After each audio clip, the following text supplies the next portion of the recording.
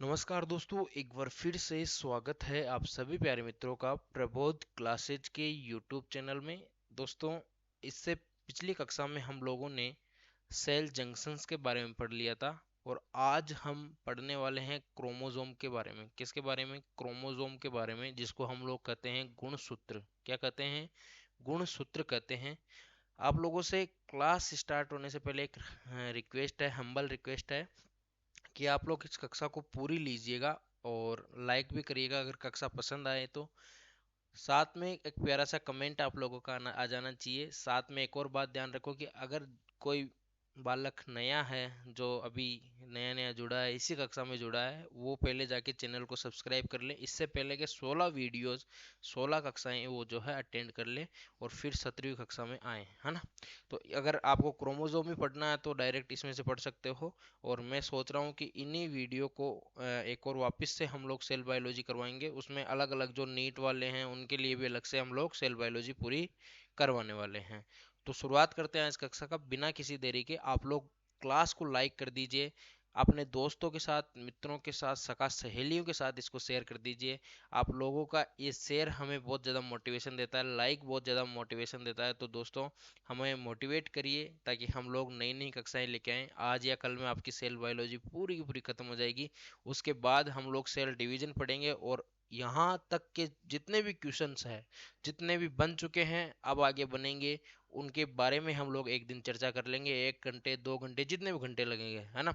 कोशिश करूंगा कि वो कक्षा लाइव हो, आपके बीच में लाइव आऊं। अगर आपको लाइव चाहिए तो आप लोग कमेंट करके बताओ कि लाइव कक्षा लेनी चाहिए कि नहीं। तो शुरुआत करते हैं। देखो, ट्रेकेंसिया पादप है और उसके पुंकेसर की पोलन मदर सेल में जो है होप, मिस्टर और नागेली ने क्रोमोसोम को देखा। लेकिन इसकी जो खोज का श्रेय है वो स्टार्स बर्गर को जाता है। स्टार्स बर्गर ने ही इसके बारे में डिस्क्राइब किया। भाई, नगेली और होप मिस्टर ने इसको देखा तो सही, लेकिन उन्होंने बताया नहीं कि ये वास्तव में एक क्रोमोसोम है या फिर क्रोमोसोम में जो है वास्तव में कौन सी चीजें हमको देखने को मिली, क्यों क्रोमोसोम इसको नाम दिया गया, ये वो नहीं बता पाए। लेकिन क्रोमोसोम की जो ओरिजिनल में खोज की थी वो स्टार्स बर्गर ने की थी, ठीक है। और ये जो क्रोमोसोम ड्रम है ये वाल्डेयर ने दी थी। अगर मैं बात करूँ क्रोमोसोम ड्रम की, तो ये किसने दी? वाल्डेयर ने। Chromosome terms given by Waldeyer, ठीक है। लेकिन क्रोमोसोम की खोज का श्रेय स्टार्सबर्गर को जाता है। लेकिन सबसे पहले देखा किसने? ट्रेकेंसिया के पुंकेसर की पोलन मदर सेल में होप, मिस्टर एवं नगेली ने क्रोमोसोम को देखा।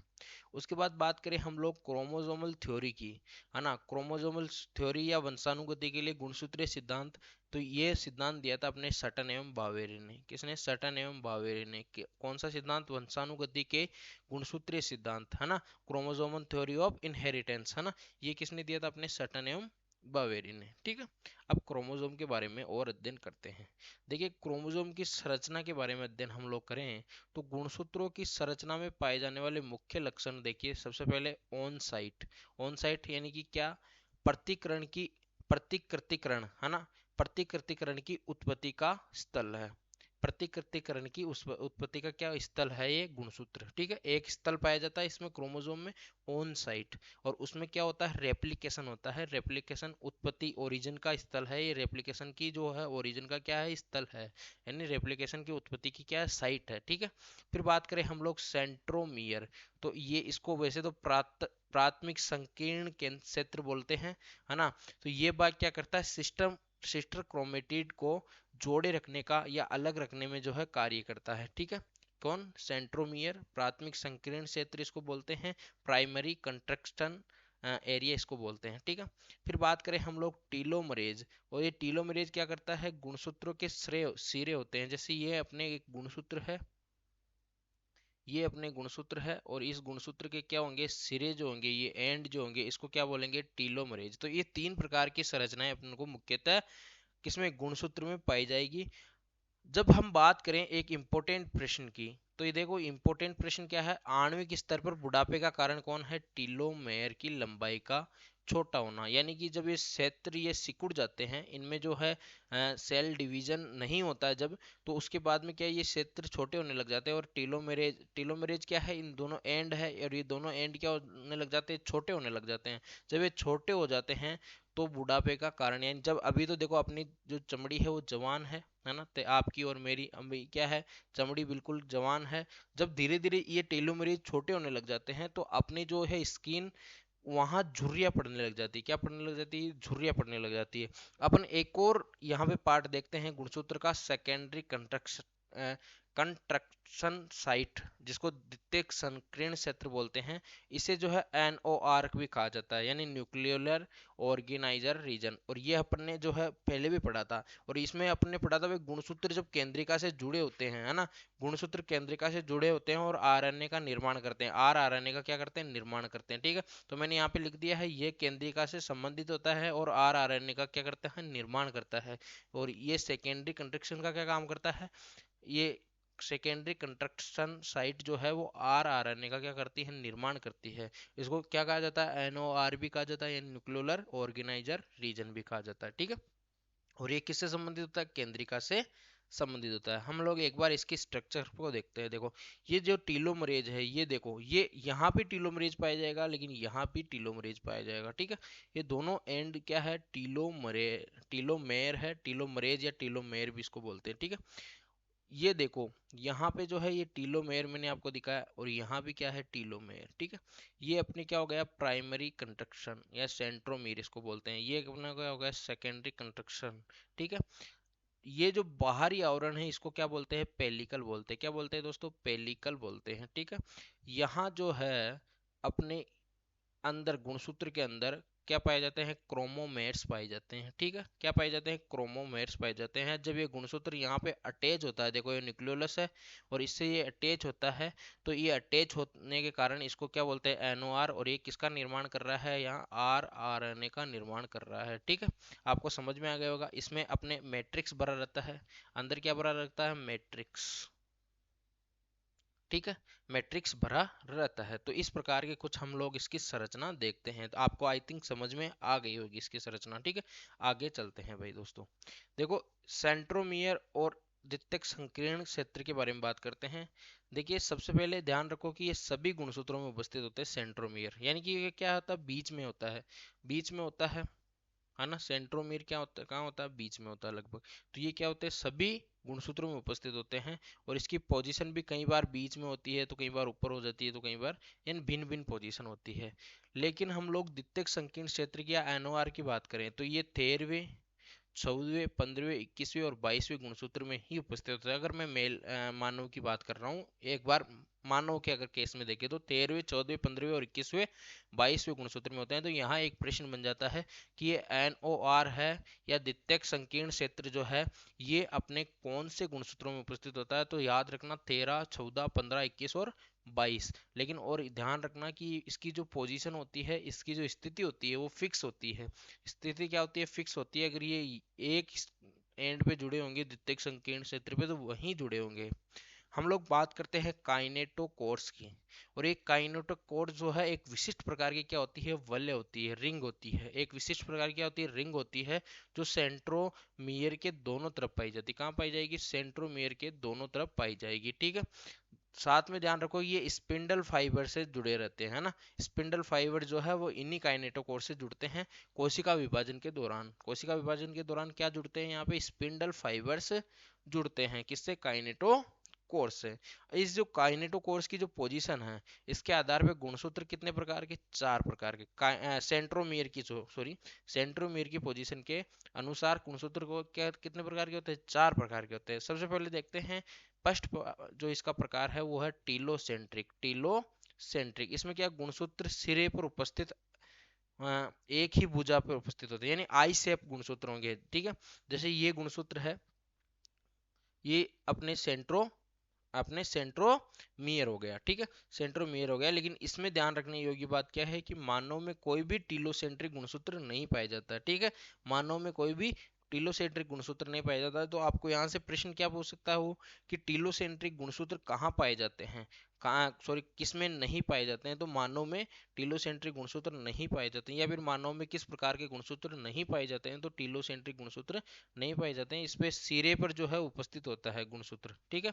सिरे गुणसूत्र सिरे पर जो है उपस्थित एक ही भुजा पर उपस्थित होता है, ठीक है।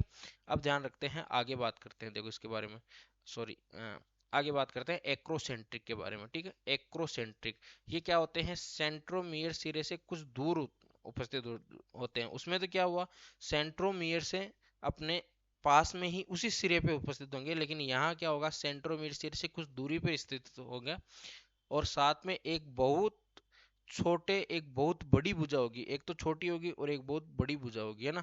ये देखो ये दोनों आम सा गुणसूत्र की, और ये तो क्या होगी, एक तरफ की तो छोटी होगी और एक तरफ की बहुत ज्यादा बड़ी हो जाएगी। और ये अपने जो है वाई गुणसूत्र हो गया, 13वां 15वां 21वां 22वां, इन गुणसूत्रों में अपने एक्रोसेंट्रिक गुणसूत्र पाए जाते हैं। अगर मैं मानव की बात करूँ कौन कौन से, एक तो वाई गुणसूत्र में देखो, मानव में एक्स और वाई गुणसूत्र होते हैं, है ना, आपको सबको पता है। फिर साथ में ध्यान रखो, इसमें वाई गुणसूत्र 13वें में 15वें में 21वें में और 22वें में, इसमें क्या क्या होते हैं, एक्रोसेंट्रिक प्रकार के गुणसूत्र पाए जाते हैं। जब मैं बात करूं मेटासेंट्रिक की, तो जो इसमें सेंट्रोमियर है ये केंद्र में पाए जाएंगे, मेटा में, मेटा सेंट्रिक, है ना। और जो शेप होगी इसकी, ये वी शेप होगी। और इसकी शेप अगर अपन देखें तो ये जे शेप का होगा। कौन से शेप का, जे शेप का, क्योंकि ऊपर वाली क्या हो जाएगी, छोटी हो जाएगी। देखो ऊपर वाली भुजा क्या हो जाएगी, ये ऊपर वाली भुजा है और ये ऊपर वाली दोनों भुजा है, ये क्या हो जाएगी, छोटी हो जाएगी। तो ये जे शेप में कुछ ऐसे बन जाएगा, ठीक है। तो ये जे शेप हो गया, और ये कौन से शेप में होगा, वी शेप में हो गया, है ना। कौन शेप, वी शेप में, ठीक है। आर्म रेशो देखे तो इसका एक है, आर्म रेशो क्या है इसका, एक है। शेप देखे तो इसकी वी शेप है, वी शेप, है ना। केंद्र में क्या पाया जाएगा, सेंट्रोमियर पाया जाएगा। दोनों भुजाएं क्या होंगी, समान होगी, दोनों भुजाएं क्या होगी, समान होगी, ठीक है। और मानव में जो है 1 नंबर और 3 नंबर गुणसूत्र में ये पाए जाते हैं। मानव में कौन कौन से में, 1 नंबर और 3 नंबर गुणसूत्र में पाए जाते हैं। एक्रोसेंट्रिक की बात करूँ तो वाई गुणसूत्र 13वें में 14वें में 21वें और 22वें गुणसूत्र में एक्रोसेंट्रिक प्रकार के गुणसूत्र होते हैं। साथ में मेटासेंट्रिक की बात करूँ तो 1 और 3 नंबर गुणसूत्र जो होते हैं वो मेटासेंट्रिक होते हैं। लेकिन बात करें अपन सम मेटासेंट्रिक सेंट्रिक की, तो ये सम मेटासेंट्रिक जो है, ये सेंट्रोमियर क्या होते हैं, मध्य से कुछ दूरी पर उपस्थित होने के कारण ये जो है एल शेप बन जाता है। कौन शेप, एल शेप, है ना। ये यहाँ पे उपस्थित होगा तो इसके कारण क्या बन जाएगा, एल शेप बन जाएगा, ठीक है। और साथ में जो है एक भुजा छोटी होगी और एक भुजा बड़ी होगी। जब मेटासेंट्री की बात करूँ तो दोनों ही भुजा समान होंगी, लेकिन इसमें एक तरफ की भुजाएं तो क्या होगी, छोटी होगी और एक तरफ की क्या होगी, बड़े होंगी। जब मैं बात करूँ मानव में, तो एक्स गुणसूत्र तो इसमें पाया जाएगा। एक्स गुणसूत्र जो है वो क्या होता है, सब मेटासेंट्रिक। और 4 से लेके 12 तक, 4 से लेके 12 तक, 5 हो गया, 6 हो गया, 7 हो गया, 8 हो गया, 9 हो गया, 10 हो गया, 11 हो गया और 12 हो गया। 4 5 6 7 8 9 10 11 और 12, ये याद रख लेना। और अक्ष गुणसूत्र, इसमें ये कौन से गुणसूत्र होते हैं, सब मेटासेट्रिक गुणसूत्र होते हैं। साथ में बात करें गुणसूत्र में छोटी भुजा को तो क्या कहते हैं, पी कहते हैं, और बड़ी भुजा क्या कहते हैं, क्यू कहते हैं, ठीक है। अब आपको समझ में आ गई होगी बात, है ना। जब मैं बात करूँ टीलोसेंट्रिक की, तो मानव में नहीं पाया जाता। एक्रोसेंट्रिक की बात करूँ तो वाई गुणसूत्र 13वें 15वें 21वें और 22वें में। और वहीं मेटासेंट्रिक की बात करूँ तो 1 और 3 में। सब मेटासेंट्रिक की बात करूँ तो 4 से लेके 12 तक जितने भी गुणसूत्र आते हैं वो सभी क्या होते हैं, सेट सब मेटासेंट्रिक होते हैं। अब बात करते हैं जाइंट गुणसूत्र, जाइंट क्रोमोसोम या विशाल गुणसूत्र के बारे में। देखिए सबसे पहला आता है इसमें लार ग्रंथि गुणसूत्र या पोलिटीन गुणसूत्र जिसको बोलते हैं। और इसकी जो खोज की थी वो की थी बलबानी ने। कौन ने, किसने की थी, बलबानी ने की थी। किसमें की थी, क्रोमोनोमस कीट की लार्वा में, ठीक है। इन गुणसूत्रों में क्या पाए जाते हैं, क्रोमोटिड की संख्या क्या होती है, अधिक होती है। इस कारण जो है इसे पोलिटीन गुणसूत्र कहते हैं, यानी क्रोमेटिन क्या पाए जाते हैं, ज्यादा पाए जाते हैं, इसलिए क्या कहते हैं इसको, पोलिटीन कहते हैं। पोलिटीन नाम जो है वो किसने दिया, कोलर ने दिया था। किसने, कोलर ने दिया था। इन गुणसूत्रों को विशिष्ट रूप से बलबानी वलय पाए जाते हैं। यानी कि इसमें क्या एक रिंग पाई जाती है, इसको क्या बोलते हैं, बलबानी वलय या रिंग कहते हैं, जो सक्रिय आरएनए व प्रोटीन का क्या करती है, संश्लेषण करती है। यानी बलबानी वलय का क्या कार्य है, सक्रिय आरएनए व प्रोटीन का संश्लेषण करना, ठीक है। साथ में ध्यान रखो ये कायांतरण निर्मोचन में कार्य करती है, कायांतरण व निर्मोचन में कार्य करती है। अब बात करते हैं लैम्ब्रुस गुणसूत्र की, और ये वेरी वेरी इंपॉर्टेंट है परीक्षा की दृष्टि से। अगर इसकी खोज की मैं बात करूं लैम्ब्रुस की, तो ये फ्लेमिंग ने की थी। किसने, फ्लेमिंग ने। और ये जो है समजात गुणसूत्रों का एक जोड़ा होता है, उभयचर। हो गया। समजात गुणसूत्रों का क्या जोड़ा होता है? उभयचर सरीसृप पक्षियों की अंड कोशिकाएं हो गई, अपने डिप्लोटीन अवस्था में देखे जा सकते हैं, है ना। किसमें किसमें? समजात गुणसूत्रों का जोड़ा होता है। साथ में इसमें ध्यान रखो, उभयचर हो गया, सरीसृप हो गए, रेप्टाइल्स हो गए, पक्षी हो गए, जितने भी बर्ड है, उनकी अंड कोशिकाओं की डिप्लोटीन अवस्था में क्या देखे जाते हैं? लेम्ब्रस गुणसूत्र देखे जाते हैं।